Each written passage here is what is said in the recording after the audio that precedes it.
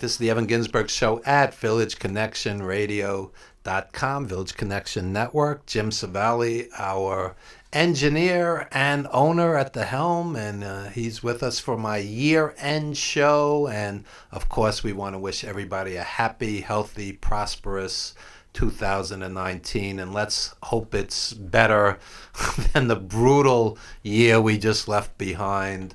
Lost several friends, wrestling legends Nikolai Volkov, Johnny Valiant, wrestling journalist Dale Pierce, and E-Jam, E-Global, a hip-hop and R&B artist, and we're going to play a video of his later in the show, but right now I just want to bring on Jim Savali, and good morning, Jim. Hey, Evan, what's going on? You know, we were talking before the show, and I was saying how I don't want Evan to be my friend.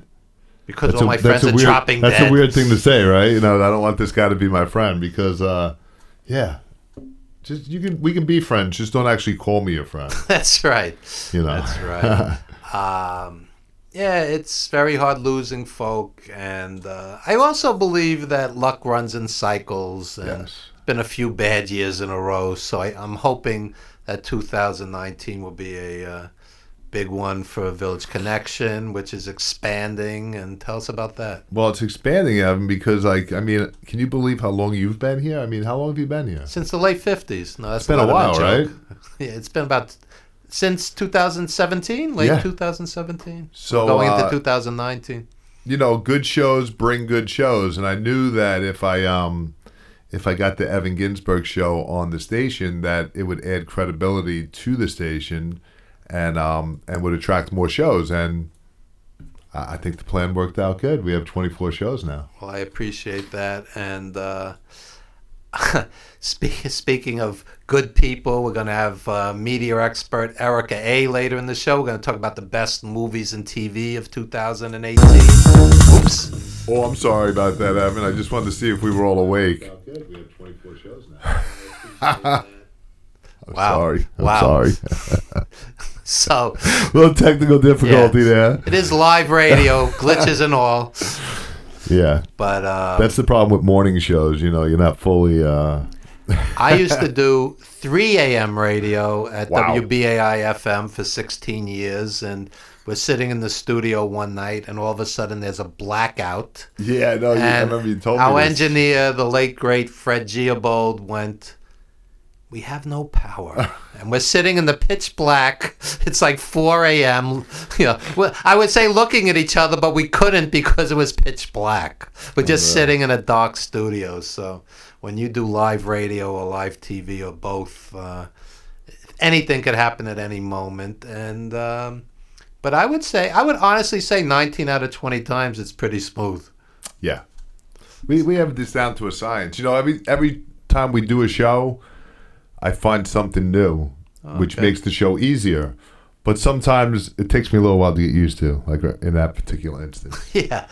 And we're also going to have later in the show Jim Londos from the New York Wrestling Connection. And Jim Londos was born in the late 1800s. He's about 137 years old. So cool.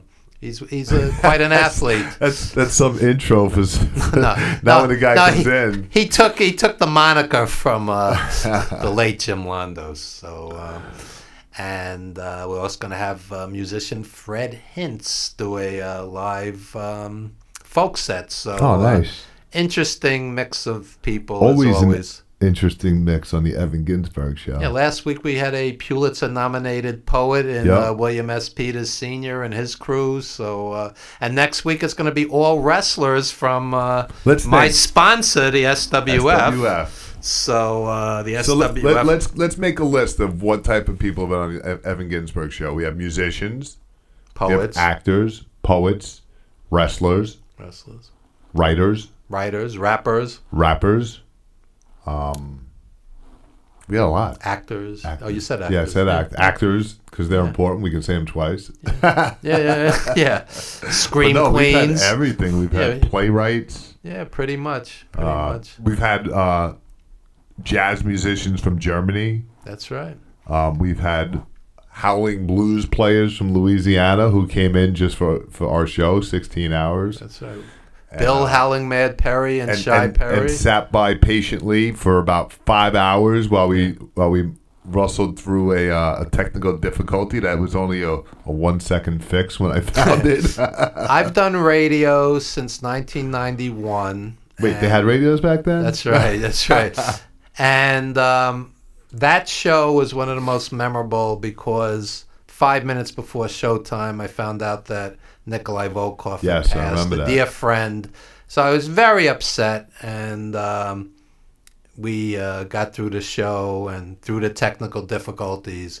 And you were in pain. You had just had a surgery. It was quite a day. And I had to run. I remember I ran home and got the laptop, and I was trying it on the laptop. Oh, it was just. And meanwhile, I wasn't even supposed to walk because of my surgery. Yeah. And I'm running, carrying computers and.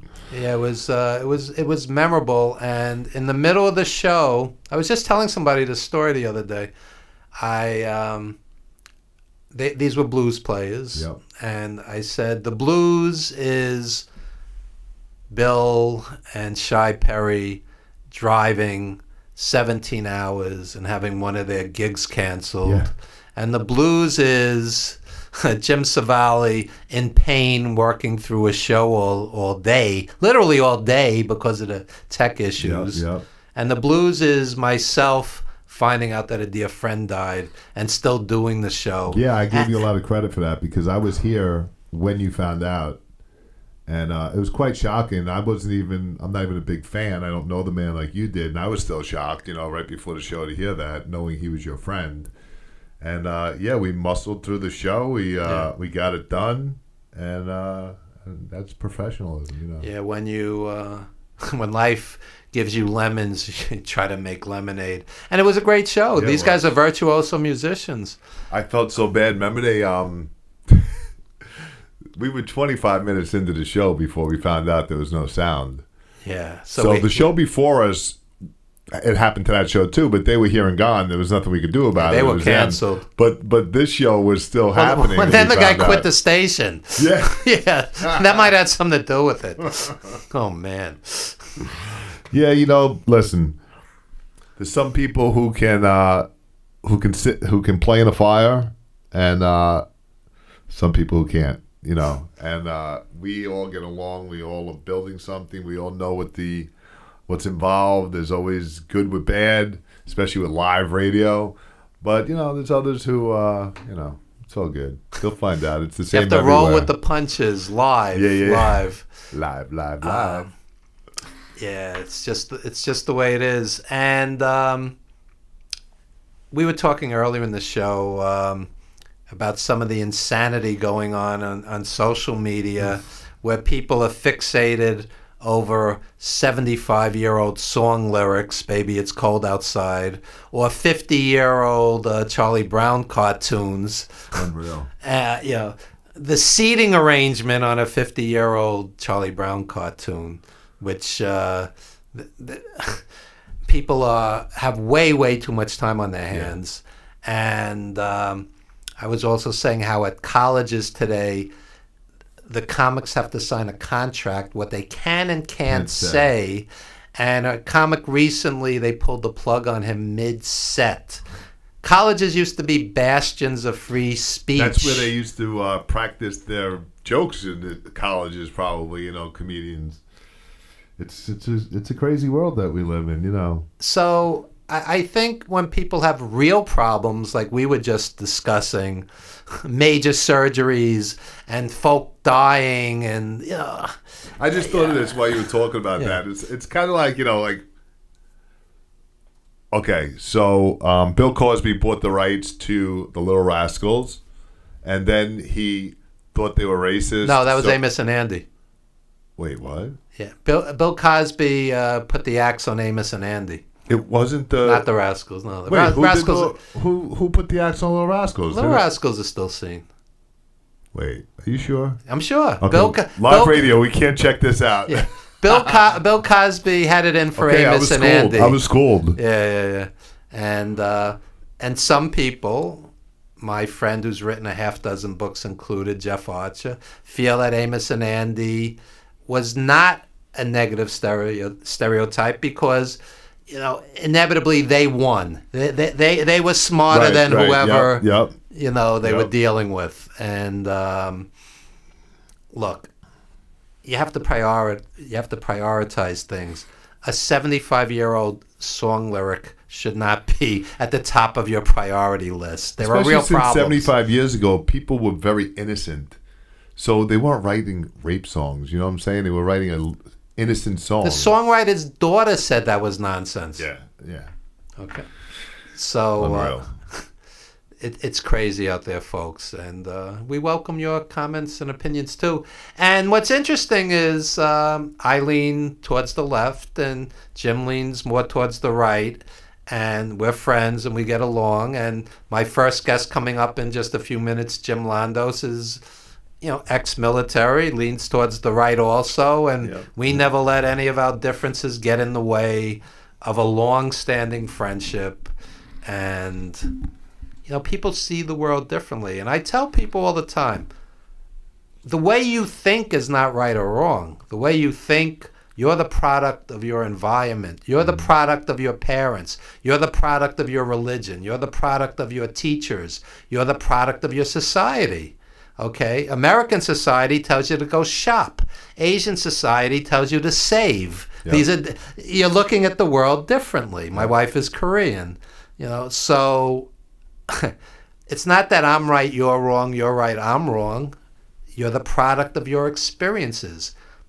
If you've only dated assholes, then you're going to say, women are no good, all men are no good. If you've dated wonderful people, you're not going to see it that way. Right. So, it's... Listen, there's a few billion people on the planet. There's probably a few billion different points of view. And usually the truth is somewhere in the middle. Yeah, which means that there's a billion truths. Yeah. And people don't even understand the word truth. Truth. Donald Trump is the president. Opinion. Donald Trump is making America great. Opinion. Donald Trump is the Antichrist. Right.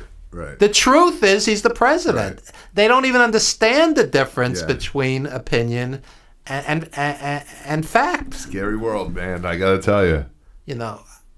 I'll give you an example. I love boxing. I was at the Barclays last week.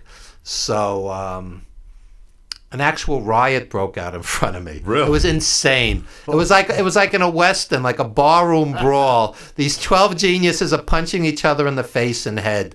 So this little guy sucker punches this big guy, and he literally tosses him like Rey Mysterio across a row of empty seats. Then this other guy's back and neck crash against the metal guard railing. Oh my God. I went out on behalf of him. Okay.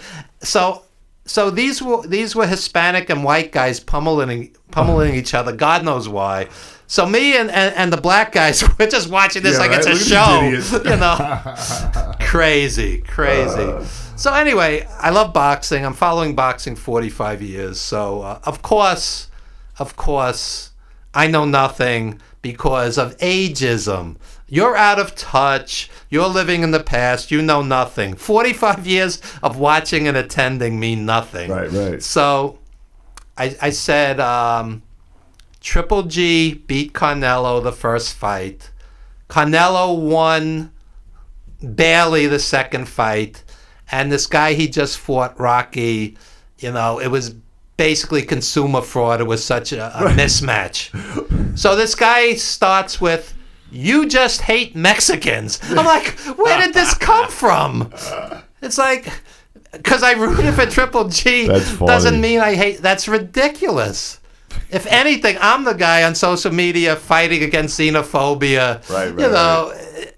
So no matter if you said the sky is blue, someone's going to say the sky is gray. Yep. You're a liar.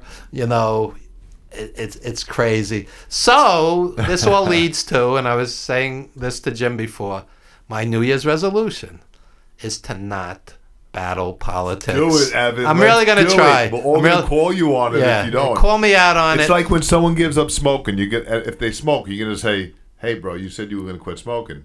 Yeah. So now if you do it, we're going to have to call you out on it. Yeah. Everyone listening, That's right. call That's right. Evan This out is public. if he posts political posts. Yeah. You can post political posts. You just don't want to go head-to-head with people. Yeah. I mean, you're still entitled to your opinion. You just don't want to get in a fight over it. Sometimes I post something. And then 30 people fight about it. Yeah. And I watch. Right. And then I delete it. Yeah. You know? I mean, because I really didn't expect it. Like, I just wanted to post something, and then all of a sudden it causes a riot. 19 out of 20 times, nobody budges. It's a time suck. You've lost 45 minutes arguing. You could have been watching something, exercising, doing an errand. Yep. And it can't be healthy because I could feel my blood pressure rise when I'm definitely fighting with rising. somebody. It's definitely rising. It's like this. No matter what I say, I'm probably not going to convince you of my point of view because I'm not going to say your age, but you've been around enough time to have your own opinion. No matter what you say to me, it's not going to change my opinion. You know what I'm saying? It's kind of like, let people have their opinions. That's what this world is about. Well, I'll tell you an interesting radio experience I had once. This one guest was very pro-gun, and I'm very He anti-gun. didn't take out a gun, did he? No. So on social media, we would not budge an inch. But on my radio show, we had a very interesting discussion because he said to me his sister's gun probably saved her life or a rape when there was a home invasion. Okay. So I said, okay, that opens my eyes. Yep. I think that's few and far between. I think more often a gun will lead to violence or suicide or an accident or whatever the case may be. But you opened my eyes to something. And in that scenario, the gun was a positive thing. Right. So, yeah, on that 1 out of 20 times, somebody's eyes can open a little and look at things differently. But I think it's a shame that the shadow of the 19 other occasions overshadow that one time where it did save someone's life in a possible rape. It's almost like you can't even see the good because there's so much bad. Well, I had a friend whose 6-year-old nephew found the gun in the house playing Cowboys and Indians and was dead, and it pretty much devastated the entire family. And that will happen back from that. Yeah, and that will happen more often than saving somebody in a home invasion. But he did open my eyes to so my point is the truth is somewhere in the middle. Right. But most of the time people don't budge, and it gets ugly, and it leads to cursing and insults and unfriending and blocking. And I've lost first cousins. Thank God for that block button. I've lost first cousins, so yeah. 2019 should be your year of mending some of those family bridges, family. Maybe. Maybe, When I was 20, my dad passed, and pretty much his entire side of the family deserted us. So it's a hard thing to forgive. Oh yeah. There's certain things that to me are. I had a very similar thing. My dad didn't actually pass. He passed on.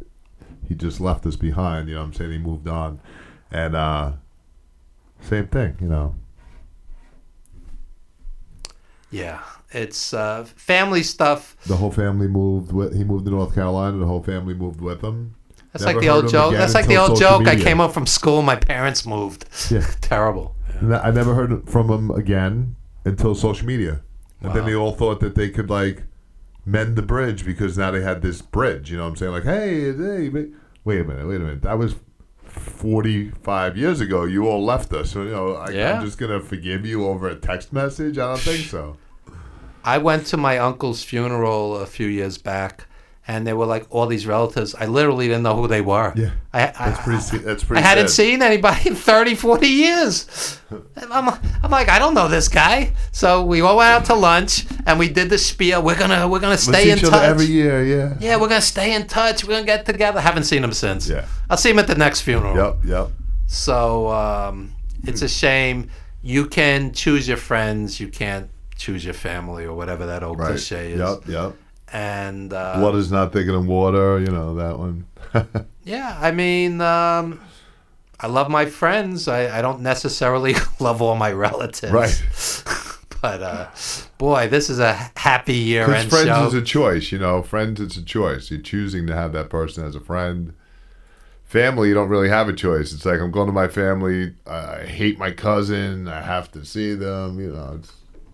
Well, the irony is we're talking about social media. When you talk about quote-unquote Facebook friends, Right.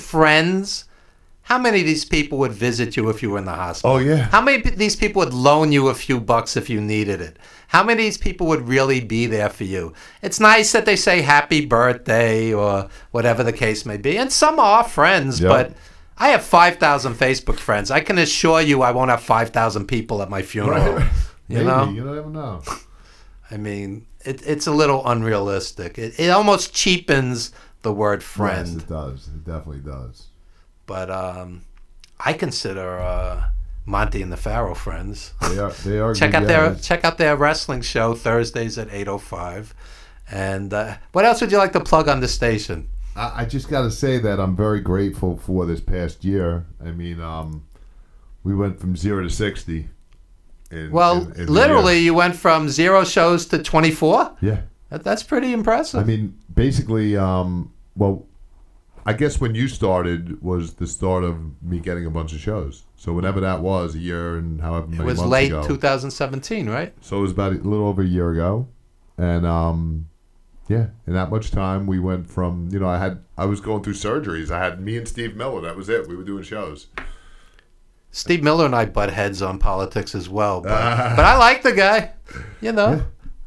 I mean, I'm sure that... I'm not sure if it's in return, but I like the guy. I'm sure if you see each other face to face, everything is cool.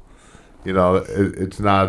you're not going to go to fisticuffs because you have a difference of a political opinion, you know what I'm saying? It's just words. It's just, you know... My wife's Korean, and I was an ESL teacher for many years, and it's just like my Achilles heel. It's just, you know... I've interacted with immigrants for decades, and it's just my Achilles heel. And you know, to me, it's personal. Right. So. Well, that's when you gotta, you know, when something becomes so personal, it's almost like that's when you have to put the brakes on, because otherwise you're just gonna fight with everyone. Because to you it's personal, to them it's not. To them, it's a news story on Fox News. Exactly. Anyway, anything else you'd like to plug as far as the station before we start bringing out our guests? No, I think just that I want to wish everyone a Happy New Year, and stay tuned because we have some really, really... I mean, this past year has been tremendous in our growth, and I expect to have the same growth next year with our technology and our shows, both. So I'm anxious. There you go. And I want to dedicate the show to the memory of Eric Murray, a hip-hop and R&B artist. He was a friend of mine. We did many shows together over the years. In fact, we have a video clip of a show that we did together. This was a good 4 or 5 years ago. He passed recently, and I just want to see, you know, people to see the energy and the guy. See, this is what matters in life, you know. And then you're not here, so. Well, there's no guarantees in tomorrow, you know. I always say that art, I mean real art, not crap. Art lives forever. And I was associate producer on The Wrestler. 100 years from now, people will watch that because of Mickey Rourke's performance. Yeah. Our film 350 Days will be coming out in the spring, worldwide distribution, and I think that's going to you know, last because it's a quality, heartfelt film. And, you know, I think the same with radio and TV.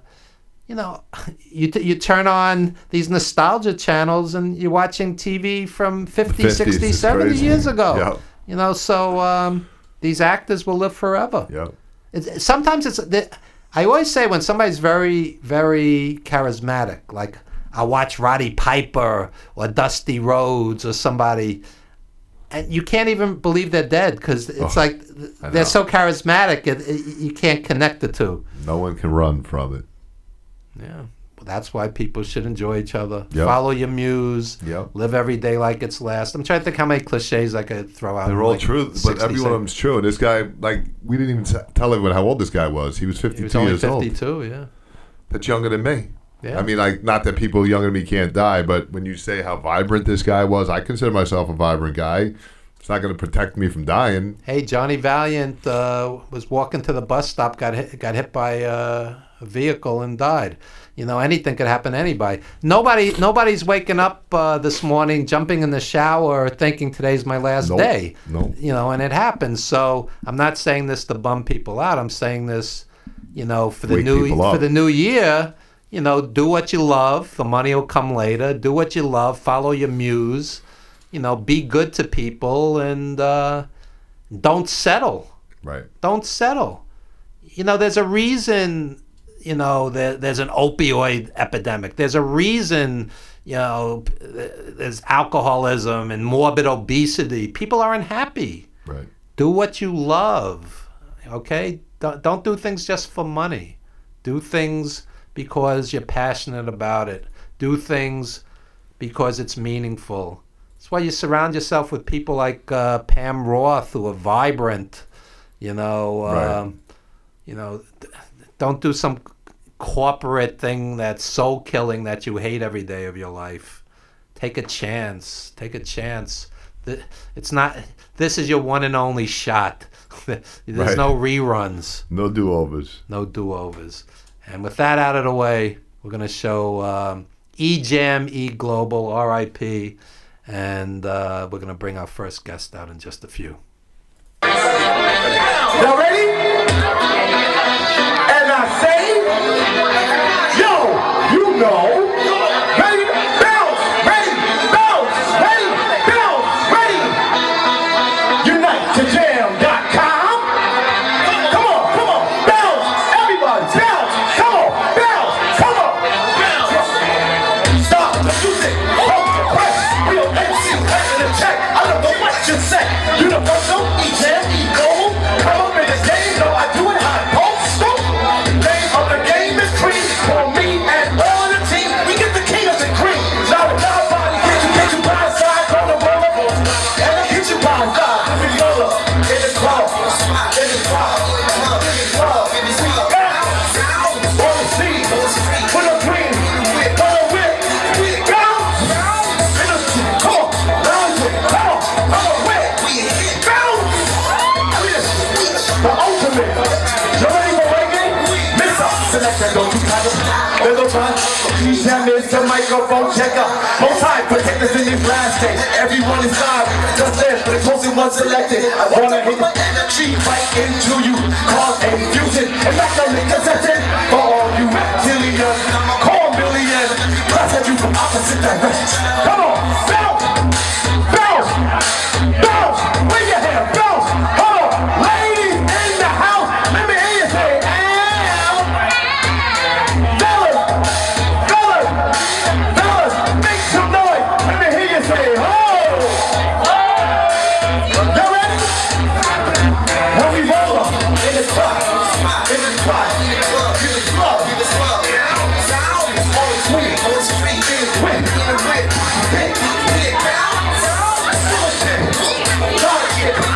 we a hit, bounce, we the shit, the ultimate, down with it, bounce, and I say, E-Jam, E-Global, produced by Mache Minor, and this is another hit. We were growing up on welfare, you hustle for survival. None can touch your love, for this there is no rival. A smiling mother's heart as you gave that woman grace. Surviving through those struggles, none could ever take your place. The one who steered my youth, her love that was so true. Poverty, madness, the suffering that we knew. But mama held strong, pushing forward for the kids. You kept us from those gangs and those drugs in the street. I saw the constant sacrifice, working hard every day for the fancy sneakers and to keep food on the plate. My father, yeah, he sometimes came around, but my mama, that's the the one who held it down. For you I write these words expressing all my gratitude. I survived those nasty streets and I owe it all to you, dear mama. Like you there is no other. I swear I always love you, dear mama. All those things that you did, all the pain that you hid. Like you there is no other. You raised me to a man as a father and a mother, dear mama. All those things that you did, all the pain that you hid. Like you there is no other. You raised me to a man as a father and a mother. 12 in the AM out looking for your boy, but I was playing around, you know the streets that were my toy. I was nowhere to be found, misbehaving with my clique, but mama search and search, worried herself sick. 2 in the AM out looking for your boy. Shooting clashes, shooting guns. This in my head. With my mother's striking hand, I hung with people's parties, Zulu Kings and Yetasu. But mama knew what's up and she forbid me from that crew. You got it every day, you're the sun to my earth, and I ended up okay, mama, thanks to your hard work. For you I write these words expressing all my gratitude. I survived those nasty streets and I owe it all to you, dear mama. Like you there is no other. I swear I always loved it, dear mama. All those things that you did, all the pain that you hid. Like you there is no other. You raised me to a man as a father and a mother, dear mama. All those things that you did, all the pain that you hid. Like you there is no other. You raised me to a man as a father and a mother. Thank you.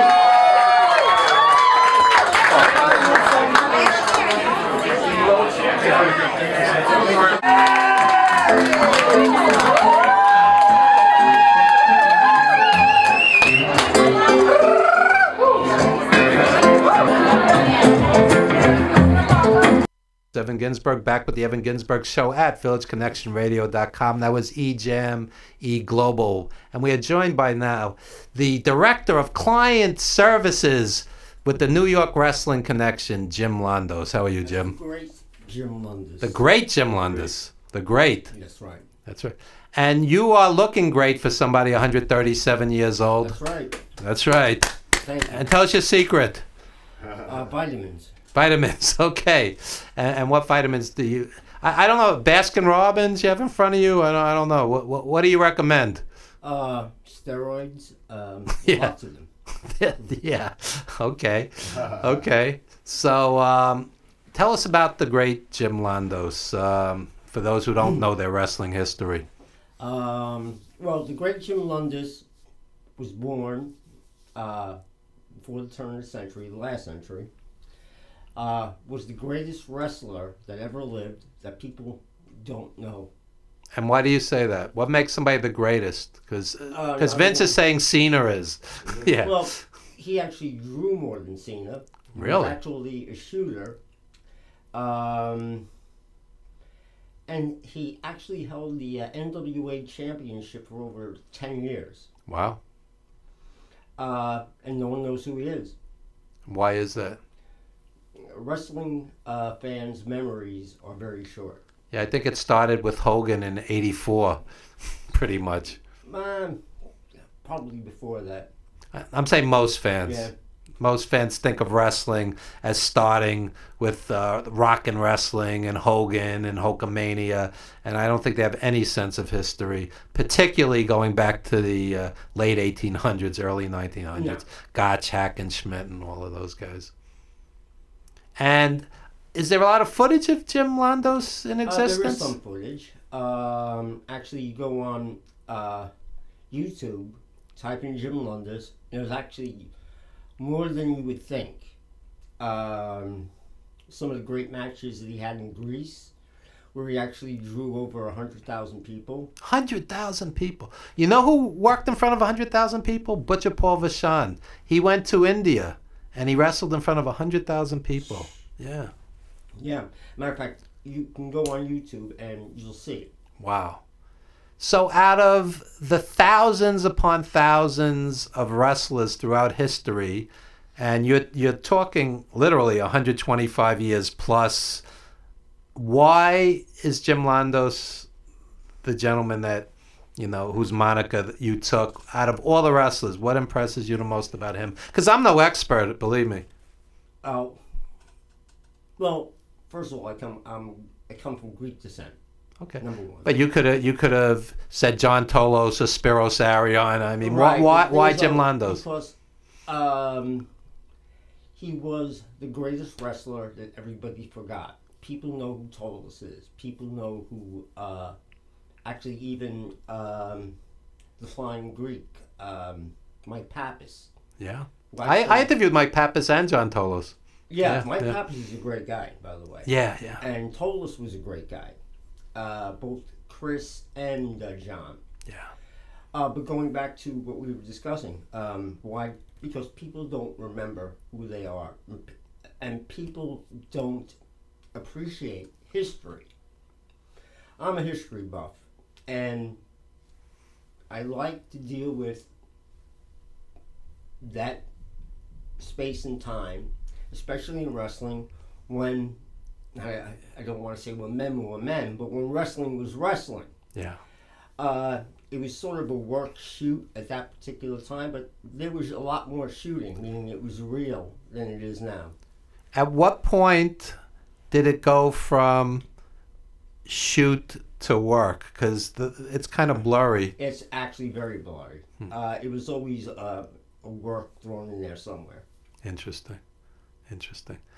And John Tolos also, history has not been kind to him because at the Olympic Auditorium, he was based out of LA much of his career. Right. They would copy over the tapes every week to save a few bucks. Right. All this great wrestling lost to history. So if you go on YouTube, you don't see mountains of John Tolos footage. No. Also, too, you won't see mountains of WWF. Right. Same reason.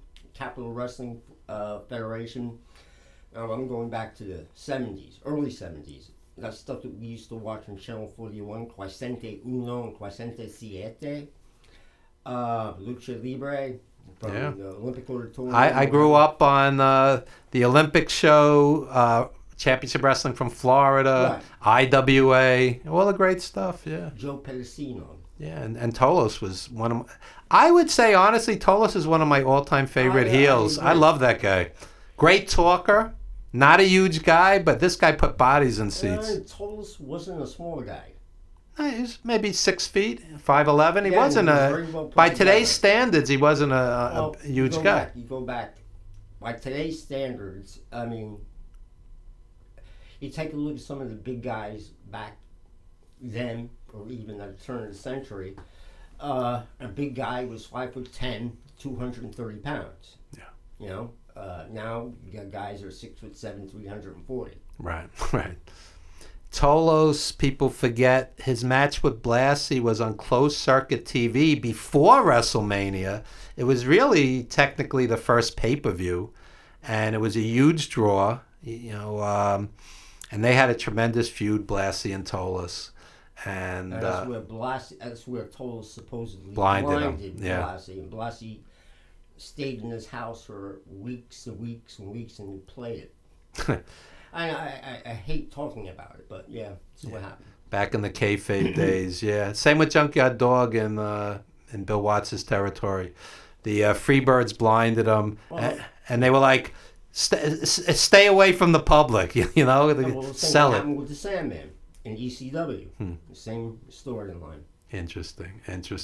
So tell us about your own role with the New York Wrestling Connection. They're one of the few schools and promotions that have been around for decades. They've survived. Tell us about them. I'll give you a brief history of it. Been around for 20 years or somewhere around that, and we're a school and a federation, meaning we have shows. Right.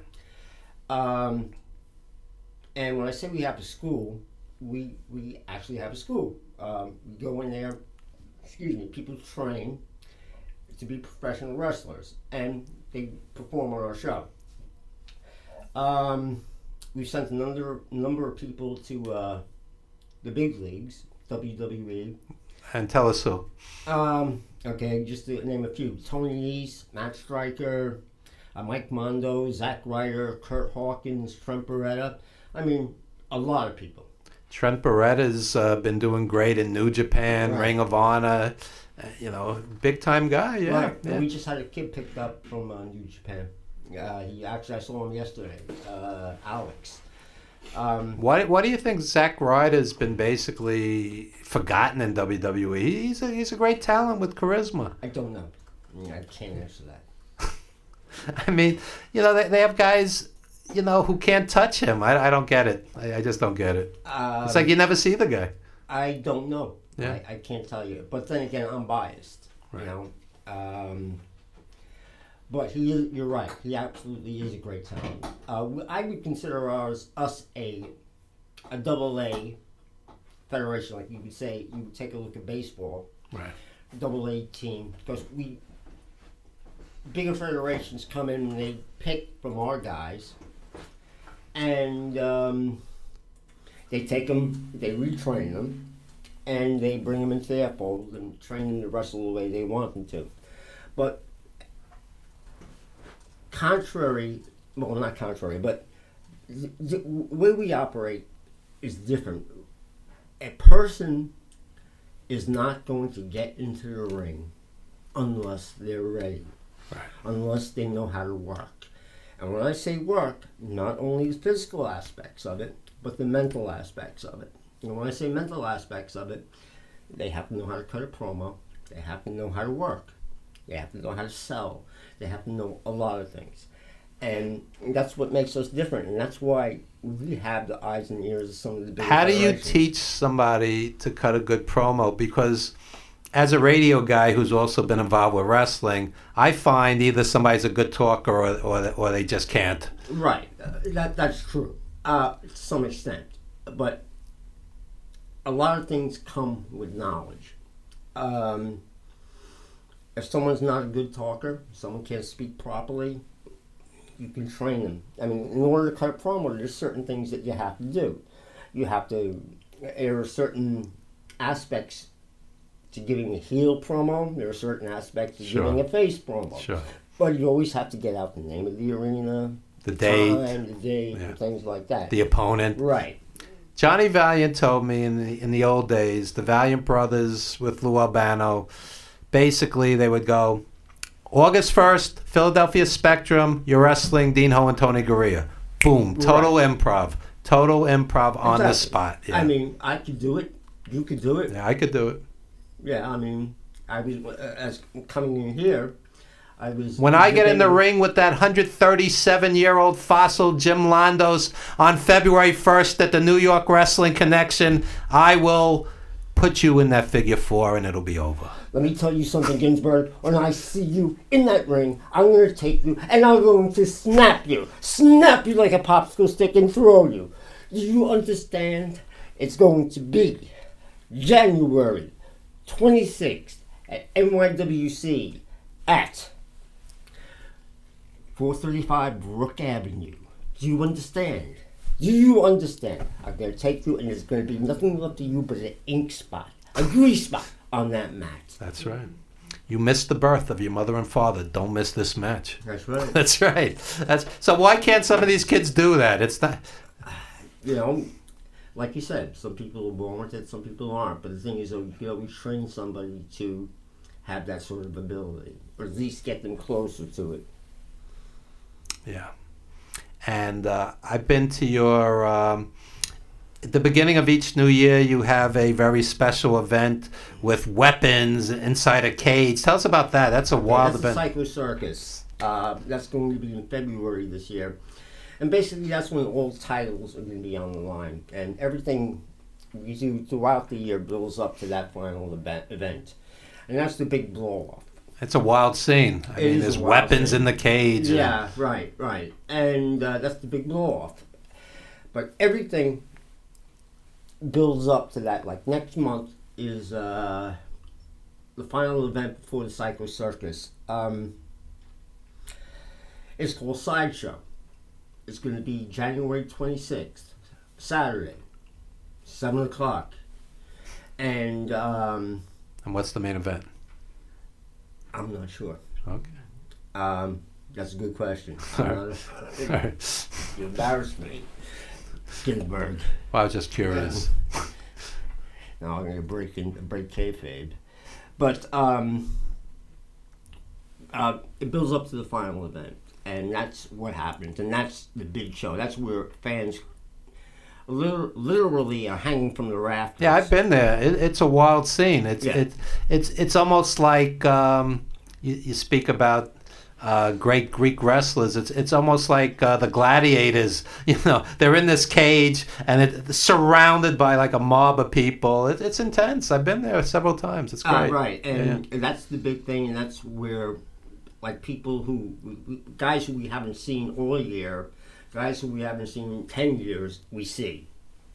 You know, it's like NYWC is like, you know, I know it's trite, but it, you know, it's a family type thing. People who come there, like I was there last night, I was at the front desk, and people were coming in, these guys that I know for years. Matter of fact, I'll give you an example. Where the dojo I train at, kid I train with, I've known for 10 years from NYWC, and all of a sudden he's in my dojo. So, you know, these are, you know, you see these guys, kids coming in from when they're 8 years old to when they're 20-something. And my son, you know, also grew up in that, you know, at NYWC. It's By great. the time he was 8 years old.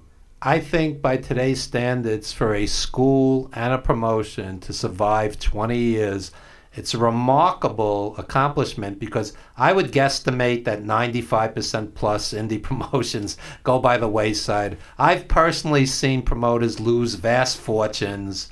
I've seen promoters end up in welfare hotels after they burn through inheritances and their life savings. I've seen every horror story imaginable in the wrestling business. And I don't mean to laugh, but to me it's absurd that somebody would subject themselves to that. So for you guys to be here 20 years later, successful, looking at another packed house for your Psycho Circus in a few weeks, I think it's tremendous. And from the rafters. yeah, much respect to you and John Kersey and everybody else involved. Shane, Ford, Joe. Yeah, much respect. And on top of it, you know, I know some of you guys personally, and you're honest and honorable, unlike many in the wrestling business. That's one of the reasons why we've been around for 20 years. That's one of the reasons you're sitting here. There's promoters, I wouldn't spit on them if they were on fire. Agents also. How long have I known you? Since the late 50s. No, I used that joke before on the show. It's been a while. I've known you I remember talking to you at the UWF, but I think it even goes back before that. And at the UWF, I interviewed Lou Albano and John Tolis the same night, speaking of Tolis. Right. Georgie Macropolis was there. Yeah. And R.I.P. Georgie. Right. Georgie's one of the few people in the wrestling business that everybody loved and spoke well of. That's very unusual. Very unusual. Yeah. Yeah, she was a great person. Yes, she was. Matter of fact, I think maybe 5 years ago, we had a tribute to her. Wow. And that must have been right after she died. Yeah, because she died a few years. I can't really remember too much about it, but her husband was there. George. Right, yeah. he was also work security for UWF. And, you know, I sat down and I talked to him, you know, about his wife and whatever, and he was very, you know, grateful that, you know, that I had fond memories. So also of his the wife. 5th anniversary of the death of our buddy Scott, the agent as well. Yeah. So Georgie was a wonderful person, and I first met her at John Arezzi's convention. Yeah, I was there too. We've walked the same path. I was on the panel at John Arezzi's convention. He had Buddy Rogers and Terry Funk and Flair, and that was the first. Yeah, it's all a blur to me. That was a long time ago. Like 3 of them. Yeah, but I was on one of the panels at one of those, and Yeah, yeah. It's amazing when people last in this business, and much respect to NYWC. Because how do you feel? How do you feel when you see one of your guys on WWE TV or New Japan? I get a big pop out of that. I mean, a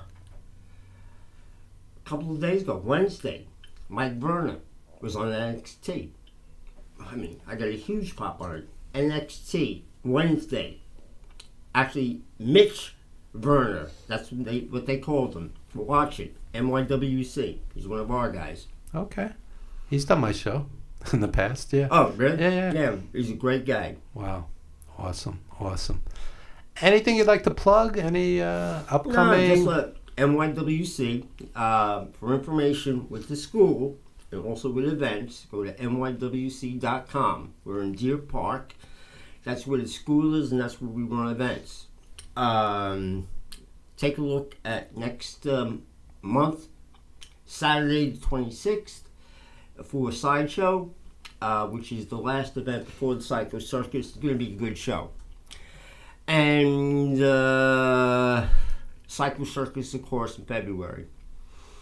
Wow. And also, I'd like to plug my dojo, Trigon Jiu-Jitsu in East Northport. As a martial artist, what's your take on the wild success of UFC? And it's huge. Yes, it is. I kind of liked UFC in the beginning because it closely resembled wrestling. My buddy Manny Yarborough was there at the beginning. Right. He's gone too, yeah. And, Luke Cuomo was a good friend of mine. You've had him on the show here. And, that's where I get a lot of insight from MMA. And my son's really into it. So I watch it. And what's your take? I always say that Vince McMahon, who's a billionaire, should be giving 401ks and pensions and health benefits to the wrestlers. What's your take on the UFC treating the fighters? To be honest with you, it's not something I really want to discuss. I really don't know enough about it. Oh, that's fair. I could understand that. I mean, I really don't. Right. I mean, how do they treat them? From what I understand, the top guys do very well, and some of the other guys are struggling. It sounds like life. Yeah. So, anyway, thank you so much for appearing on the show again. And let me tell you, Ginzburg. Yeah. I'm going to see you next month, the 26th. Just be there. That's right. I'll be there. NYWC. Take care. Jim Londos, thank you. you. Thank you so much.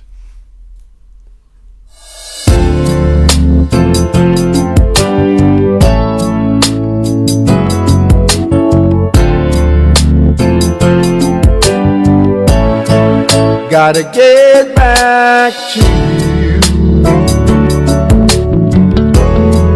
Gotta see your face again.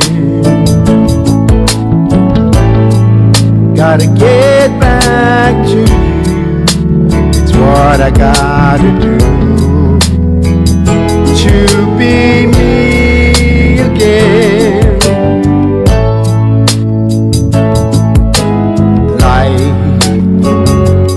On the road, it's such a lonely world. Just want you to know I'm trapped without you, girl. Just say the word and I'll be there.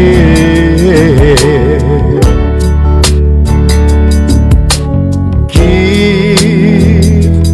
me a sign if you dare. Gotta get back to you. Gotta see your face again. Gotta get back to you. It's what I gotta do to be me again. Oh, gotta get back to you. Gotta see your smile again. Gotta get back to you. It's what I gotta do to be me again. Oh, wish I could delete the moments we're apart. There's no sign of a beat inside my foolish heart. As the sun disappears, I cry alone.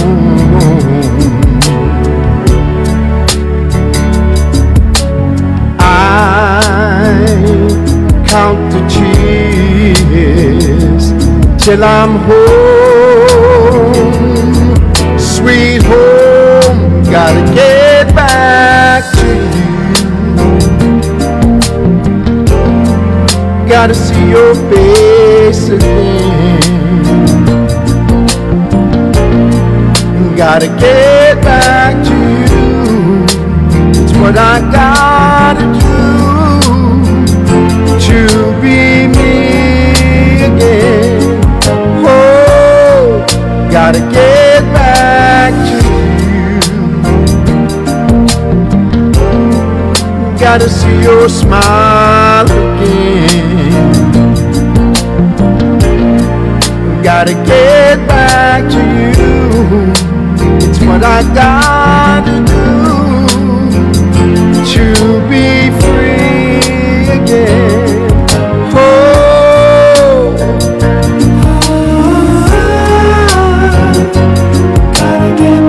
gotta get back to you. Let me tell you, little girl, I gotta get back to you. Oh, I can't live without you, girl. Gotta get back to you. I gotta get back to the one I love. Gotta get back to you. Every day my world is empty without you, baby. All right, we are back with the Evan Ginzburg Show at VillageConnectionRadio.com. You've been listening to Gotta Get Back to You by Chubby Tavares from the legendary Tavares from Saturday Night Fever fame. And that's from Joe Mandica's Grooves. Joe Mandica, my buddy from Australia. And we're going to hear several cuts, several videos from Joe Mandica Presents Grooves, a tremendous CD compilation that you should support. But right now we are joined by our buddy Fred Hintz, who was here just a few weeks ago. It seems like I was just here. That's right. Back You should in just move Huntington. in. I was thinking on it, getting myself a nice 2-bedroom right here on New York Avenue. That's right. Yeah. And you don't live far from here. I live about a half hour east of here. Okay. And where's that? I live in a town called Lake Panamoka, which is right up by the Calverton Cemetery. There's a little lake in there. I've been out there almost 30 years right I live now. in New York my whole life. I've never heard of that. Wow. Oh, that's the way we like it. That I've lived on Long Island my whole life, and I don't think I've ever heard of that. So that's a small town, huh? Well, the town is actually Ridge because we don't have a post office, so the post office is in Ridge. So my address is Ridge. And who's the most famous resident besides yourself to ever come out of there? Oh, me by far. No, I'm just kidding. I don't know. I can't say. It used to be a summer community years ago. Really? Now it's mostly all year round. It's a beach community. There's right before you get to the Calverton Cemetery, there's a gas station. If you make Well, that considering the left, most famous landmark There's is a- a cemetery, there'd be at least one famous serial killer. No, I'm kidding. geez, I'm kidding. Anyway, It's the end of the year. What have you been listening to in 2018? Joe Mandica. I mean, listen The guy's great. Yeah, I saw one clip that he was doing like a Roy Orbison. Well, he's in the band, but the singer was doing like a Roy Orbison type send off. Joe sounded great. Joe reminds me of Squeeze. He does these perfect 3-minute pop tunes. I mean, like old school, like like we'd hear on the radio as a kid on WABC, the top 40. He has these 3-minute pop tunes that just work. Yeah. Well, it's I was pulling out some old 45s the other day. 45s. And a lot of them are like 2 minutes, 2 seconds. Yeah. You get songs like The Letter, 1 minute and 40 something Build Me Up seconds. Buttercup. Yeah, And I'm thumbing through all these 45s, and actually on Thanksgiving I was putting records on, but for everybody, and it got to be annoying though. Every 15 minutes I have to get up and turn the album over. I have mountains of like old technology. I finally gave away my beta tapes. Hey, I did have you? a friend who still has a Betamax. I just sent them boxes of beta tapes. That was the first machine that I had. A friend of mine gave us one, and it was great because my first wife did not like sports. So What about your fourth wife? No, I just made that up. Yeah. So I used to tape all the Yankee games, Met games, whatever, and watch them. Yeah. And then I was told, we were talking earlier about Crazy Eddie's, how for $50 you could buy Rocky, or Jaws on VHS, I'm so in old. those I days. remember when porn was on VHS, it was like $100 a tape. remember that, Jim? Back in the bad old days. Wait, what are you asking me if I remember that for? Yeah. Here you go. There was a video store out here on the island for years, and they have a back room, Yeah, and the sign notorious said back adults room. only. You'd be walking in and they have a room, the sign said adults only, and you'd walk back there, and wow, there was. Speaking there of was which, everybody. have you seen The Deuce on 42nd Street? The Deuce on HBO about 42nd Street? No, I don't have Tremendous HBO. show. Yeah. Tremendous show. It's the same guys that did The Wire. It's about the mob connections and the pimps and everything connected to the 42nd Street of the 70s. And the irony of all of that is, in crime-ridden New York in the 70s, I'd go down the 42nd Street and see Bruce Lee movies, and it was wild. I mean, it was so much fun. Now everything's like Walt Disney, and it's not fun anymore. I mean, I'm old school New York. I like the grittiness, Maybe not the crime. The murder rate was off the charts, and New York was practically bankrupt back in the 70s. But to go down the 42nd Street and see Bruce Lee in a packed theater, it was electric. It was like seeing Rocky in 75. Yeah. Well, memories of Times Square. I started working in the city in 1977. I worked on 46th Street, and Times Square. Man, we had a great time. Yeah, it was rough back in those days. Used to go to like the Follies Burlesque. Yeah. Walk upstairs and wow, this is someplace. This is another world here. Yeah. It literally was another world because it's really been cleaned up. But I never ran into any difficulty. Yeah, there were people selling drugs that would approach you on occasion, but I never ran into anything. They turned Times Square into Disney World. Yeah. David Johansen wrote about it. Yeah, now it's a tourist trap. David Johansen's a great underrated performer. I've seen him many times. Same here. Going back to the New York Dolls, Buster Poindexter. David Johansen's a great performer. We were going to see him tomorrow night. Really? We were thinking about it going in. He's at the Roxy again, but it's a little pricey, I have to say. You know who else is playing tomorrow night who's old school and great? Garland Jeffries. Yes. Guy's tremendous. I correspond with him also. Really? He's going to be at Joe's Pub, I think. Yeah. He's at Joe's Pub for New Year's Eve. Macy Gray's playing tomorrow night at Wow, where's she Iridium. been? Yeah, some great old school performers. I don't know if she'd even qualify as old school, but she's been around a while. Garland Jeffries is to me a great guy and great songwriter. And he'll respond to you too. Yeah. I mean, a lot of music people, it's a one-way street. They want you to like everything, and you put something on, you don't hear anything. But he's a great guy. I've got to get to know him a little bit through Facebook. I've seen him live several times, and always excellent.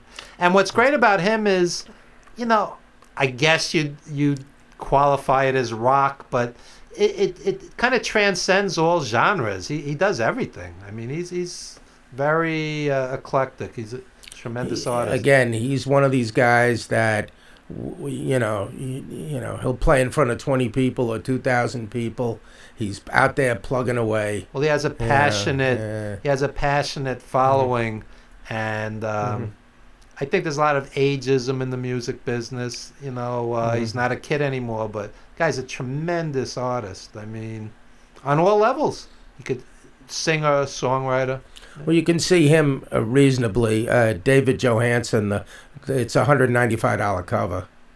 Yeah, that for New Year's Eve. times 2. Yeah, times 2. When you bring your 4th wife. Yeah, No, I'm my kidding. second wife. I'm joking. Joking. Yeah. 2's enough. I know. I'll tell you, when you hear about, a celebrity and he's on like wife number 4 or 5, and and it's like, then you hear he's having money issues. You got the 10 kids and the 5 ex-wives, and I could kind of see that. But so what's been happening with you? Well, I'm laying low for a couple months, but I am going to be in January 26th. I'll throw a plug in.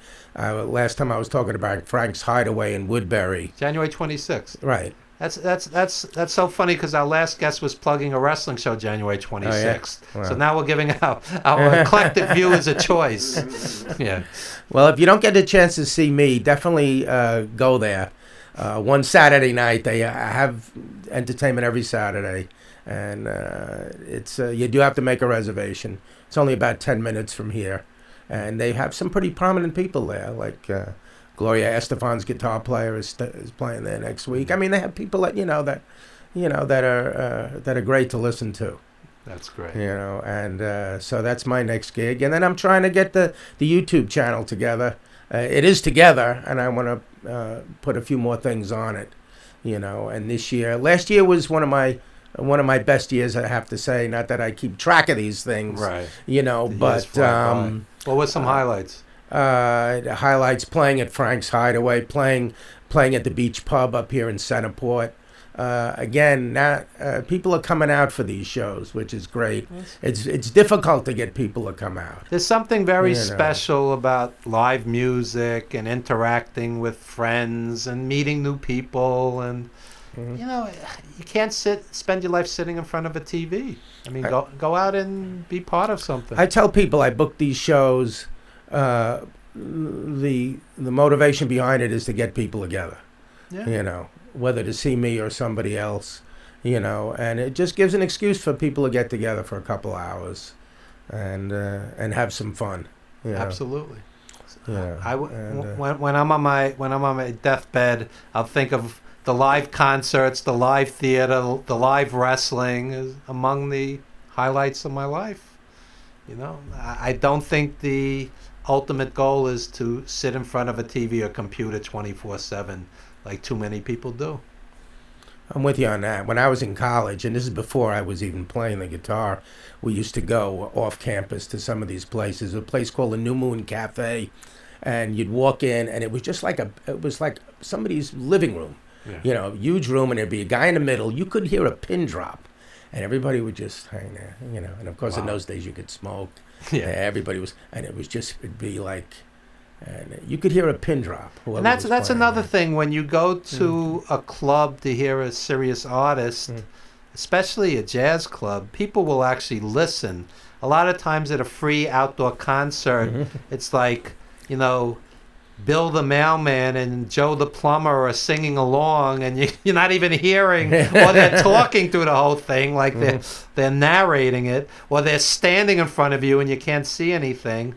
And it's nice in a club to hear live music, and people are respectful and they're actually listening, and it's a beautiful experience. My question, though, because I don't go to jazz clubs, is how far into a solo do you say, yeah? Well, that's a good question. I don't know the jazz club etiquette. Yeah. The etiquette at jazz club is usually to be quiet and clap at the end of the song, but sometimes people get excited. Yeah, right? Yeah. So Anything you'd like to plug? Because we're going to hear a live set from you soon. Well, I'll just mention Fred Hintze. It's Hintze. If you put my name in on YouTube, you'll come up with the YouTube channel. And the act is actually the Fred Hintze Experience, which I've used for many, many years. It keeps cropping up now. A few weeks ago, we went to see in the city the Velvet Underground Experience, and I joke with my friend Rick. Everybody's using my name here. I don't mind Jimi Hendrix using it, but but that's what it is, And I think one of my goals this year is to try to network a little more with other musicians. Sure. I pretty much been keeping to myself, and it's not that I don't support other people. It's just that I've been wrapped up in my own thing, and I think I'll be a little, I'm a little more high profile now. I always tell, I have friends that play 2-3 times a week here and there. I said, well, I don't want to be overexposed. Right. I'm under the radar, but I'm not suffering from overexposure. Okay. So when people see me, they say, "Oh, it's a good chance to see him." You may not see him again for 3 months. All right. But again, and to record, get some of the original songs. You ever consider doing Facebook Live? And Eric and I just talked about it. Yes, it's on my. The great Edwin Vasquez did that yesterday, and it wasn't a huge live audience, but you posted after the fact, and I saw probably 200 people by the end of the day had watched it, which may be more people than you're performing in front of in a club. So right, absolutely, I don't see any downside to it. There's no expense, and you interact and promote you could do it right before your next appearance. Yeah, promote your next gig. It's definitely something I'm going to be doing. Again, just trying to get myself a little more high profile. I said, like when you had mentioned, it's all about promotion, and I've been. You ever consider hosting a radio show? No, seriously, you're a well-spoken guy. You bring other folk singers, other performers. Something to consider. I think it'd be a lot of fun. One of the women at work, Jim Savali. One of the women at work always told me, "You'd be a good game show host." Here they are competing for cash and prizes. No, really. I've been doing radio 27 years, and you're a good talker. Not everybody is. Not everybody is. So. Well, thanks. We try to grab onto something and run with it, as we say. What was the musical highlight as far as you seeing performers in 2018? I just saw the great Avery Sunshine, R&B singer. I saw Maxwell a few weeks back. I love R&B. Who are some of the great acts that you went to see? Unexpectedly, a friend of mine got tickets. Last Christmas, we saw Raul Malo and the Mavericks. Oh, okay. It was a Christmas show, let me tell you. And I can relate to this because I've done Christmas shows. He only did a few Christmas songs. He says, "Don't worry." Yeah. It was a terrific band. We go back to the days of Doug Sam, Flaco Jimenez, and those musicians, and he had just a terrific band. I think it was unexpectedly a terrific show. Okay, great. Raul Malo, if you ever get a chance to see him, that was terrific. We're going to get a chance to see you in just a moment. Wow. And before that, before Fred's live set, we're going to see the video Watch Me Melt by Alyssa Agius. I hope I pronounced it right. This is from Joe Mandica's Grooves, and Joe Mandica's out of Australia. And it's on my bucket list to get to Australia this year and see my buddies Anthony Gillis and Joe Mandica and all my friends out there. And we're going to see Watch Me Melt. Take some time to get to Australia, no? It's the E train. It's a long ride. So we.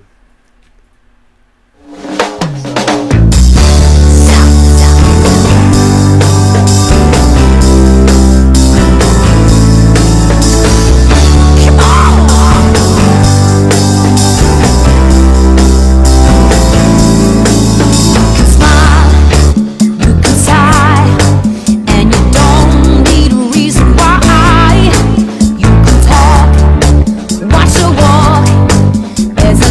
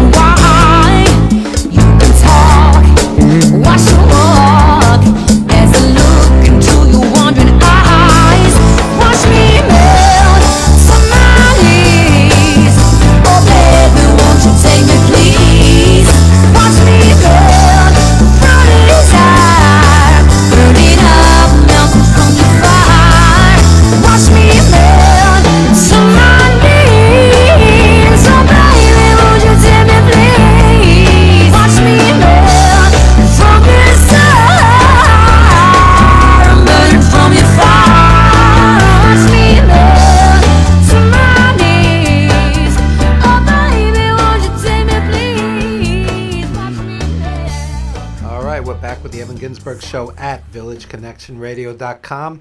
Maybe we should turn off the fan during his set because we won't have any background noise. Okay, and we have Fred Hintz, the Fred Hintz Experience, live. Here we go. All right. She was born on the day that my grandson was born. On September 19th. That would be Mama Cass, probably around 1940.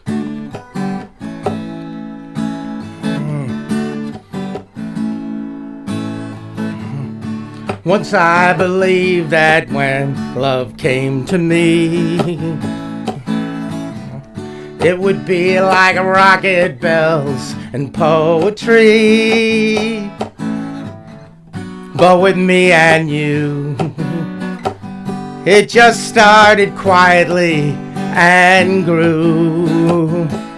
And believe it or not, we got something groovy and good about whatever we got. And it's getting better, growing stronger, warm and wilder.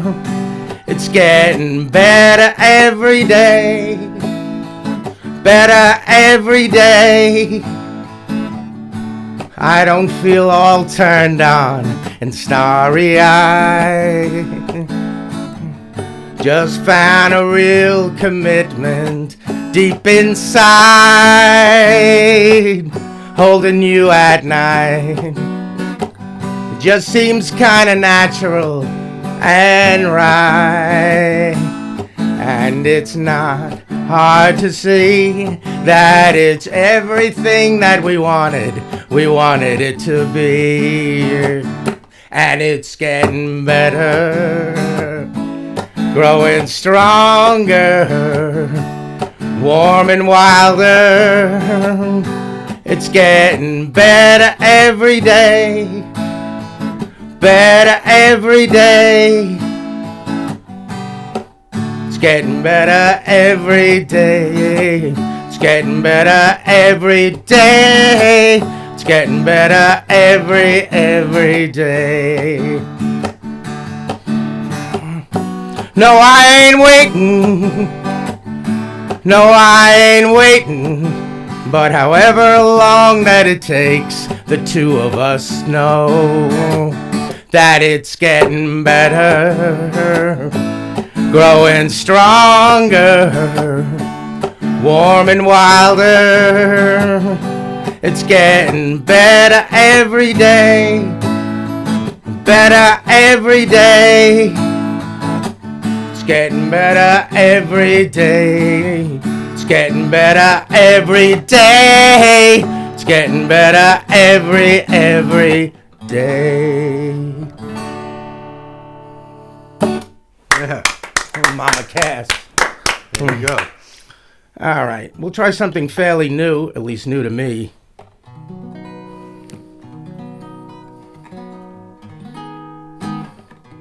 Okay.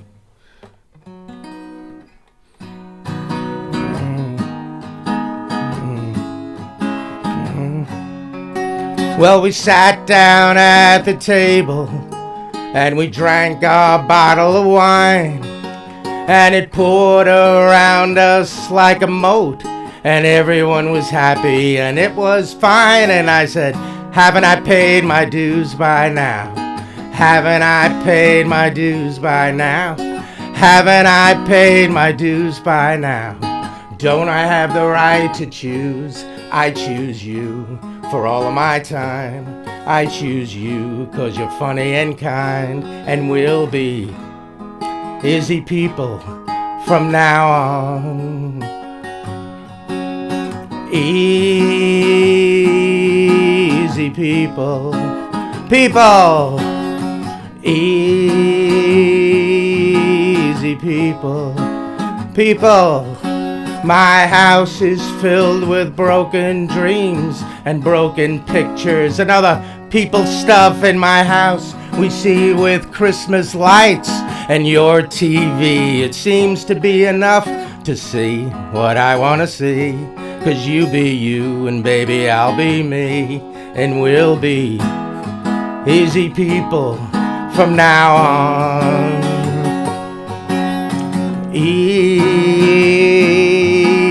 people, people, easy people, people. Why can't I be easy? Why can't I be easy like you? For you I'd give the songs I write, the words I play, the morning light that comes into this room right now. If you could only say, I want you for all of my time. I want you 'cause you're funny and kind, and we'll be easy people from now on. Easy people, people, easy people. Yeah, yeah, yeah. Thank you. Something fairly new, just to break up the monotony. And, you know, we'll try this one. People have said to me, Fred, you can play folk music, and you can play rock music, you can play blues, but can you play any Stevie Wonder? Wow. Wow. And I said, not really, but we'll give it a shot.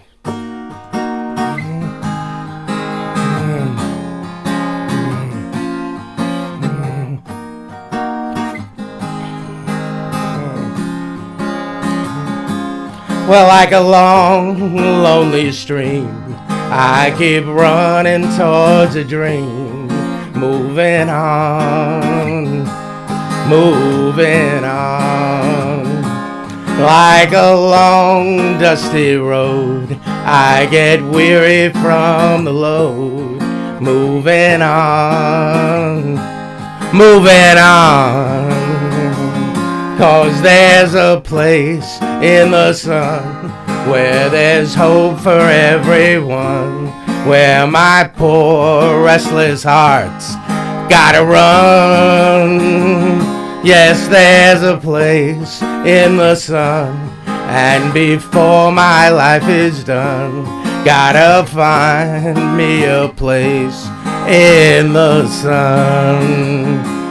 Like a branch on a tree, I keep running to be free, moving on, moving on. And like that long spinning earth, I've been running since my birth, moving on, moving on. There's a place in the sun where there's hope for everyone, where my poor restless heart's gotta run. Yes, there's a place in the sun, and before my life is done, gotta find me a place in the sun. Gotta find me a place in the sun. Yeah, Fred Ince. All right. I felt that was a good end of the year song, you There know, you something uplifting. That's right. That's right. Thank you so Okay. much, Fred. All And right. anything else you want to plug? Social media or anything? Listen to the Evans Ginzburg show. Thank you. Thank you. I got to throw in a plug for you. Appreciate Come on it. now. Appreciate All it. right? Thank Okay. you. Thank you. Happy New Year, Fred. Let's have a good year. I hope so. All I hope it right. was better than the last one. All right. Thank you All so right, much. take it easy. And this is Anything and Everything, a video by Vince Thomas. I hope it's Thomas. I should have asked Joe Mandic how to pronounce all the names. From Joe Mandic's Grooves. Support this new CD. Thank you, Fred. All right. I'll catch up with you. You got the love. You got the love. You know, welcome on stage along with this great band tonight, Mr. Brandon Walsh. Oh yeah, yeah. You've got the love I need. I need.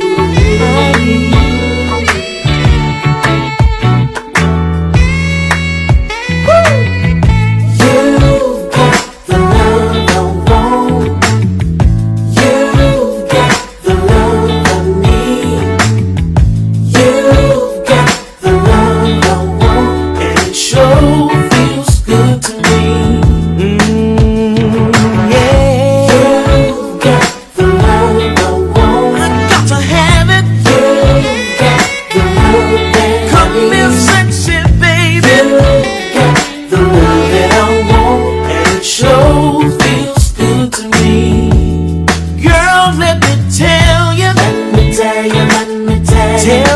how I feel. How I feel about you.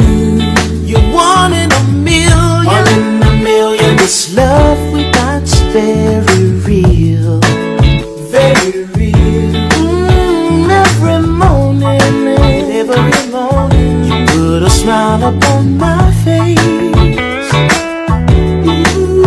You bring breakfast to my bed, and when I'm not feeling good, you rub my head.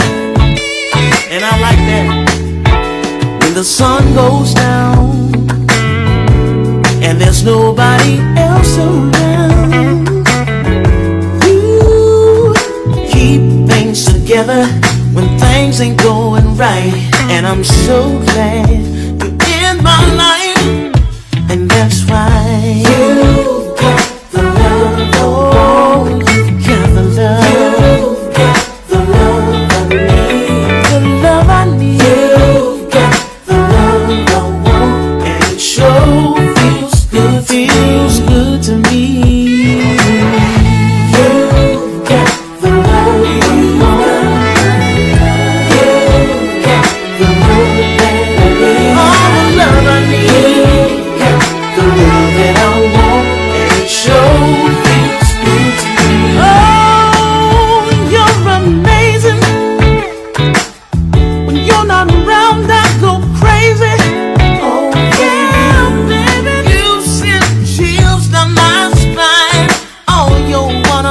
Sexy lady, my,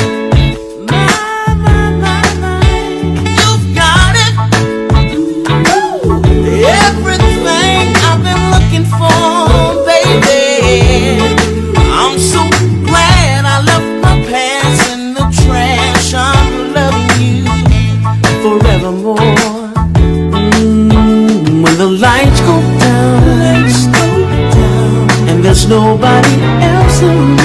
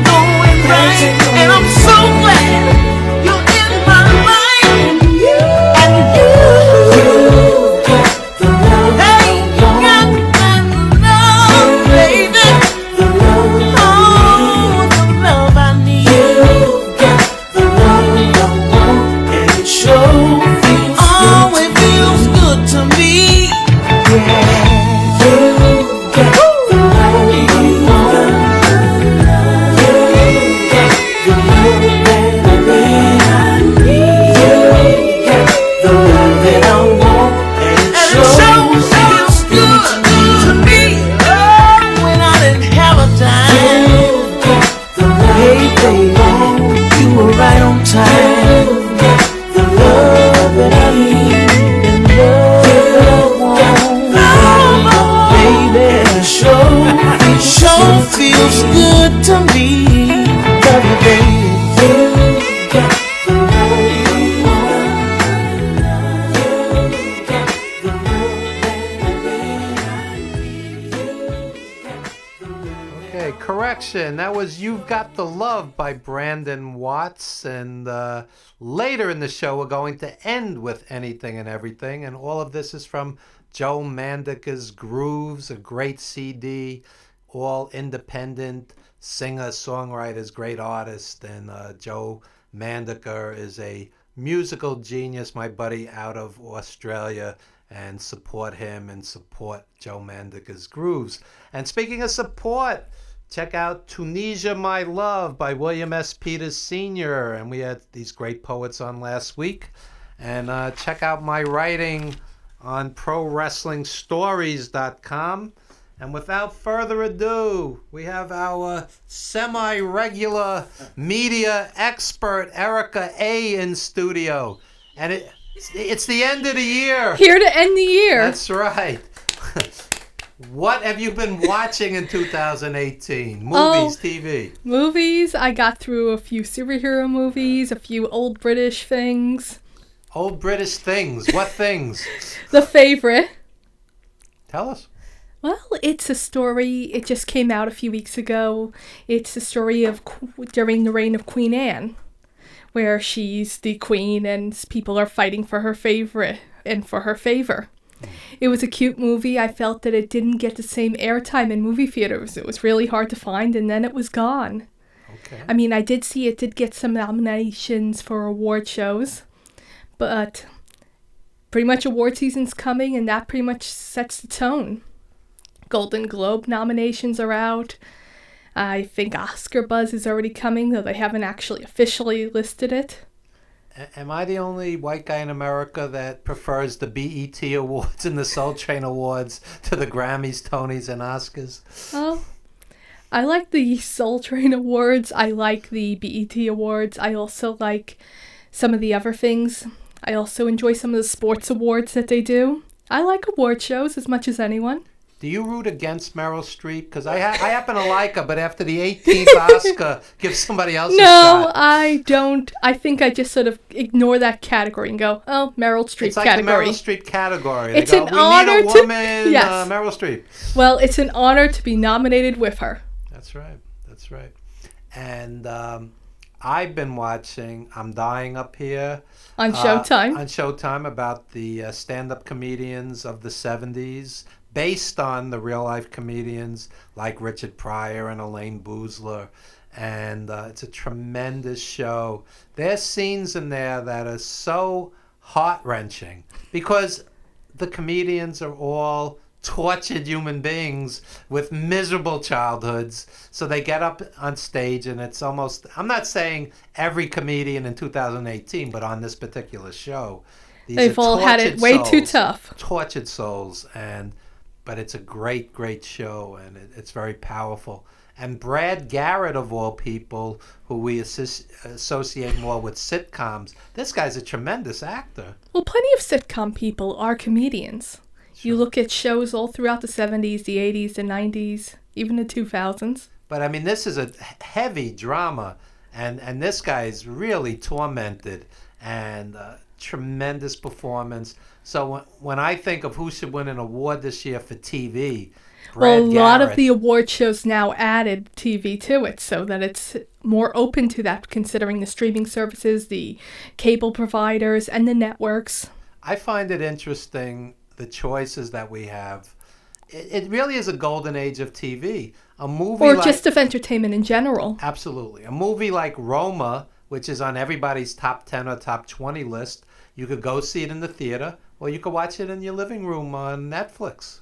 I mean, this is one of the best movies of the year, and it's a golden age of long-form drama, where shows like But also, okay, continue your fun. Then The I was Wi- going to say the Wire, problem. Game of Thrones, which is coming back. April, they finally have agreed to Yeah. a date. I mean, you could tell a bigger, probably better story in 80 hours than you can in 2. But Game of also, Thrones one is problem tremendous. though I've been watching the Game of Thrones marathon. It's something I live for every year from Christmas to New Year, so I'm a big Game of Thrones fan, but also it brings the same concern of, though we have an age where there's endless entertainment, there's also endless backlash. There's so much sources of information where people can just binge on their own negativity, which also is so strange. Like I saw even you were looking at yesterday, the new controversy. Did one of the Muppets say a bad word? Yeah, I know And- Jim Savali's been tormented over that because he has a little kid at home. Did the Muppet curse? And if he did, what does this mean And for how many America? people need to be obsessed with that? That also concerns me. Mr. Rogers never cursed. True, but Mr. Rogers was never on HBO. You want to know something? If this is the biggest problem on people's minds, they have way too much time on their hands, whether the Muppet cursed or not. What do you think, Jim? You have a kid at home. Yeah, I think that my daughter knows probably more curse words than the Muppets do. Poor furry Okay. little It's just Grover. life. I mean, I don't really think the Muppet. Did the Muppet curse? What did they say? Damn. I mean, poopy. They don't know. They're not even sure. They're not And even they're Don't raging sure. they have over videos this. of And it? it's- Don't they have videos of it? There's guess pretty it much was just muffled. articles, and it was a muffled thing where it's like, did he, didn't he? It's like, is this what entertainment has come to, that people are so obsessed with did a Muppet curse? Yeah, we all, well, maybe not you, Evan, but so many of us grew up on the Muppets. Muppets on Sesame Street, Muppet movies. Yeah, I mean, Muppet movies are great. Yeah, I- Muppets Take Manhattan. Muppet Christmas Carol. Yeah, Muppets are great. Well, I'm going to spend my New Year's Eve. Remember when people thought Paul McCartney died and they were playing the record backwards? Yeah. I'm gonna play the Grover video 400 times backwards, Forward and backwards. till I figure out if Grover cursed. This is ridiculous. Well, that seems to be what entertainment is right now. I think people have Too much free time on their free hands. time, And they focus way too much on the little things and not on the big picture. Minutia. You know, there's enough real problems. Yeah. Well, people don't want to focus on the real problems. The world we live in today is far too painful. They want their icons and their history to remain untainted.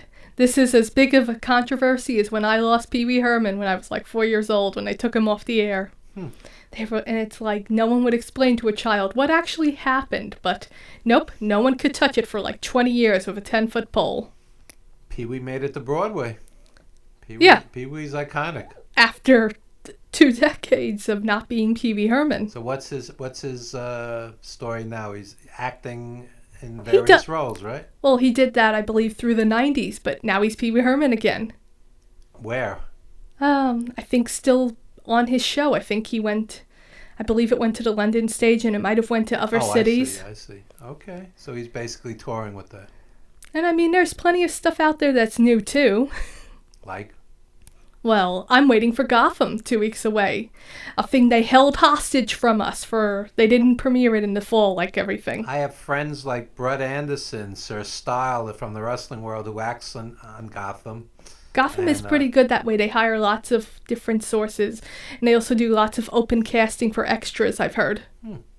And they film that in New York. Yes. Yeah. Well, Gotham should be. Makes sense. Gotham shouldn't be on some sound stage. Many times when they film New York, it's actually in Canada because it's cheaper. It's cheaper. It's Toronto. Yeah. But no, they actually do here. And if you are from New York, like we both are, if you watch carefully, you can actually feel where they are. Really? Yes. From the subways overhead to some of the streets. They are careful not to show street names most of the time, though. If they ever want to make some good horror movies, they should just go into the subways, and it's scary down there. I'll tell you. I'm on there all the time, and the price is going up in 2019. I know, which is outrageous. Yeah. They should just make a show about people complaining about being on the bus and the subway. Well, tell me if you think this is a legitimate complaint. Okay. I'm on the subway one day, and all of a sudden, everybody realizes there's a human turd on the seat. A turd. Yes.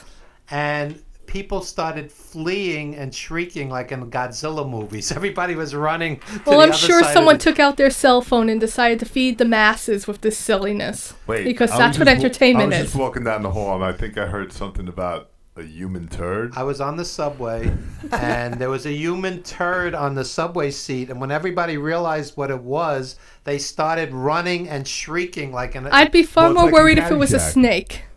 No, it was. And my friend is a conductor, and he'll say, "Don't sit there because the homeless guys make over there," and They do. It's rough down there, and But there are enough shows and enough things that do take place in New York, and they do show it for what it is, because it is such a sort of, gritty. I was going to say, it's two worlds. You have the beautiful, gentrified side, and then you also have the gritty. You have the guys in the $20 million apartments, and then you have us riding on the trains with human turds across from us. I'll tell you, there are times I'm on the subway where you just say, I hope I get out of here alive. It's especially late at night. I think this is one episode of Hey Arnold tells it best. Where they're trapped down. Oh, Hey Arnold was a show in the late 90s, early 2000s, a Nickelodeon show, which actually finally got an ending last year. The Nickelodeon got a deal with the creators, and they finally made a movie, 2-hour ending, where they explained what happened to Arnold's parents, and they gave him a last name.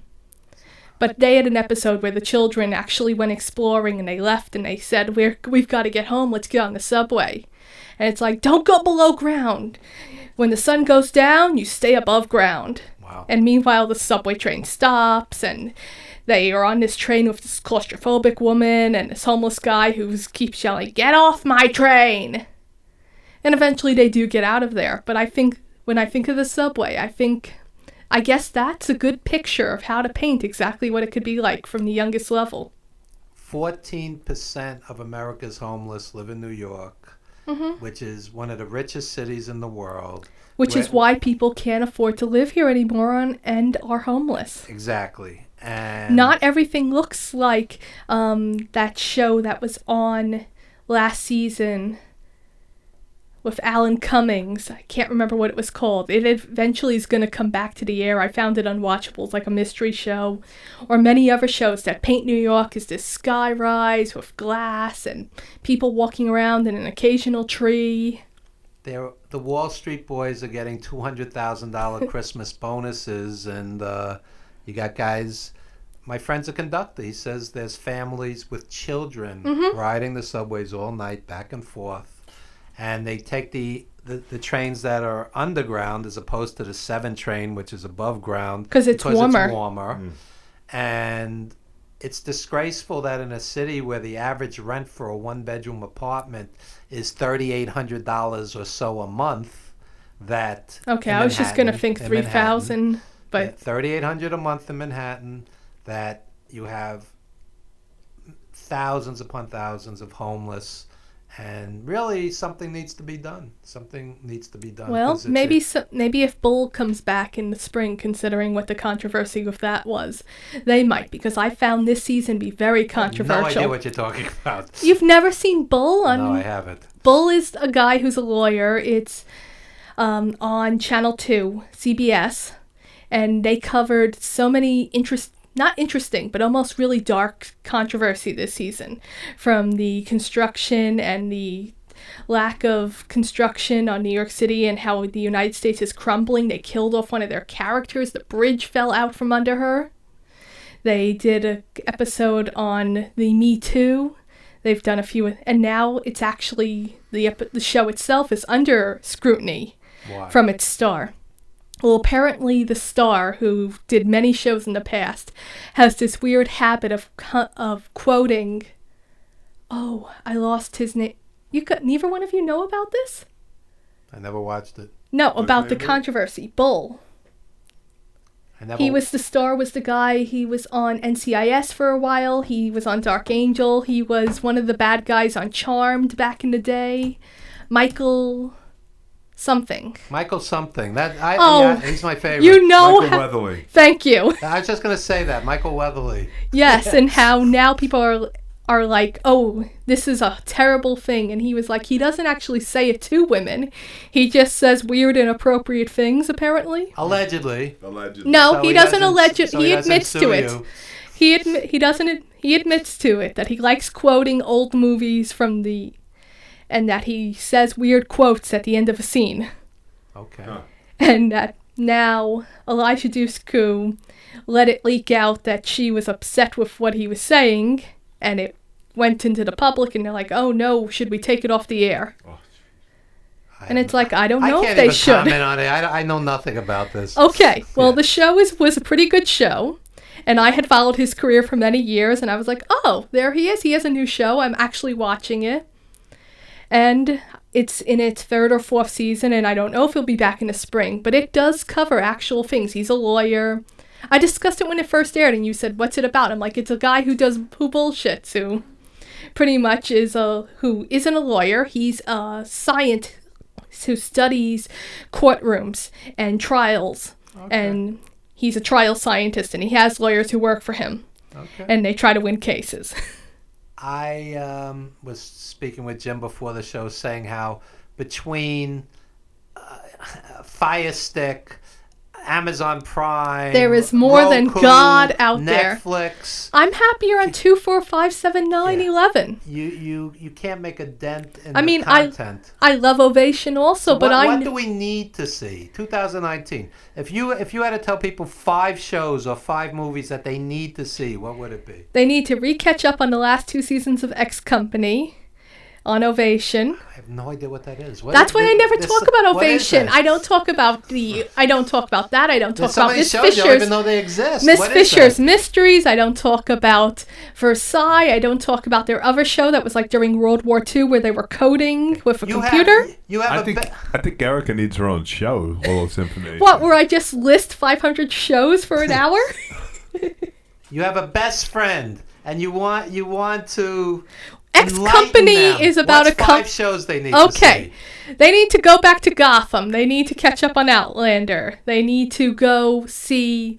Or we talked Gotham's about. one of the 5 best shows on TV. No, but I think they need to watch it because there is way too much other stuff out there, and this is something that supports New York, that gives you a whole new idea on Batman. Quality-wise, what's the greatest writing? What's I the actually most like. moving, enlightening? Oh, I don't like enlightening.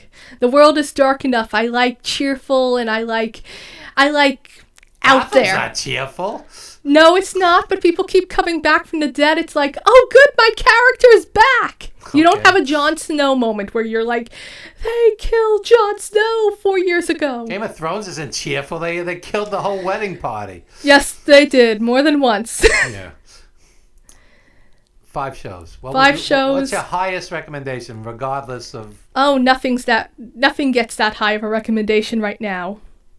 I don't know, nothing's quite on the air that I'm actually that excited about. But Game of Thrones coming back is a big deal. And Gotham coming back is a big deal, and I'm also glad to find out Freeform got off their sorry butts, and they're actually bringing back Shadowhunters, which they cut. What is Shadowhunters? Oh, Shadowhunters is the adaptation of the Immortal Institute book series. Okay. It's about people who hunt in the shadows. What are they hunting? Evil things. Oh, okay. Okay.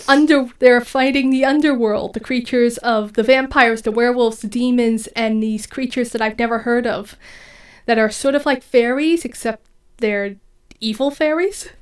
I thought the they Leftovers on HBO was brilliant. That just ended. The Did Leftovers. it end years ago? It ended a year or two ago. Okay, I thought it only had 2 or 3 seasons. Yeah, it only lasted 3 seasons. Well, I'm also excited about the next series. I talked about it last week, and you were like, I don't know. The continuation of the White Queen and the White Princess. They're doing the Spanish Princess, and I can't figure out which English princess went to Spain, or is it going to be about Catherine Aragon? I haven't went online to cheat and to go see exactly what it's going to be about, but sometimes it's more fun that way to not know. Okay. I mean, after it starts, of course, it's very relevant to go online and find out the actual history because it is a drama and it is being over-dramatized the same way the Tudors were when Jonathan Rhys-Meyers played Henry VIII back in the early 2000s and so on. So you like costume epics, historical Yes. epics? Okay. I have a question that's very important because I'm concerned about you. Okay. What's a healthy amount of TV to watch in any given day? They say the average American watches 6 to 8 hours of TV a night. I don't think it's necessarily healthy. Well, I think it's quantity, not about how many hours. It's about how many things you can fit into an hour. Okay. But how many hours should a person sit in front of a TV or computer Well, watching I guess stuff? it's important to remember to go to sleep for at least 4 hours. At least 4 hours. Yes. Don't let the sleep get in the way of the TV. Maybe. Okay. Did you hear this, Jim? I admit I was a little ridiculous 3 nights ago. I got sucked into that. I found Arrow being syndicated on TNT, and they started at the pilot, and I'm just watching.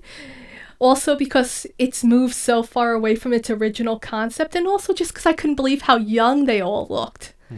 Arrow is a show I do follow. The How long has it Arrowverse. been on? 6 or 7 years. They actually finished several years ago the 5 years of flashbacks. That's what my wife said about Rick. She saw a picture of him from the first season of The Walking Dead Two. and the last season. He really aged. Yeah. Well, I mean, you look at Supernatural. How bad did Jared and Jensen age? I've never seen Supernatural. I know. I can't believe that. I tell you every time you would like Supernatural on the CW. I'll check it out. You would even be excited now that the guy from The Walking Dead is coming back to Supernatural because originally he was on Supernatural as their dad. Okay. Well, So you can be one of those people who are a fanboy and follow the actor you care about. We are rapidly running out of time. Any message for our TV and movie viewers out there? Okay. Beware, ABC might vanish because Verizon and Disney are having some sort of dispute right now, and it might disappear on New Year's Eve. Well, I was not happy with my recent dealings with Verizon. So I'll leave it at that. I could do 2 hours on cable companies, but I don't want to bore people. Anything you want to plug? Oh, nothing right now. I'm about to vanish for a few months, so that's why I had to get here before the new year. That's right, because you have a big work assignment. When you're not watching TV, you actually work. Yes. That's good. That's good.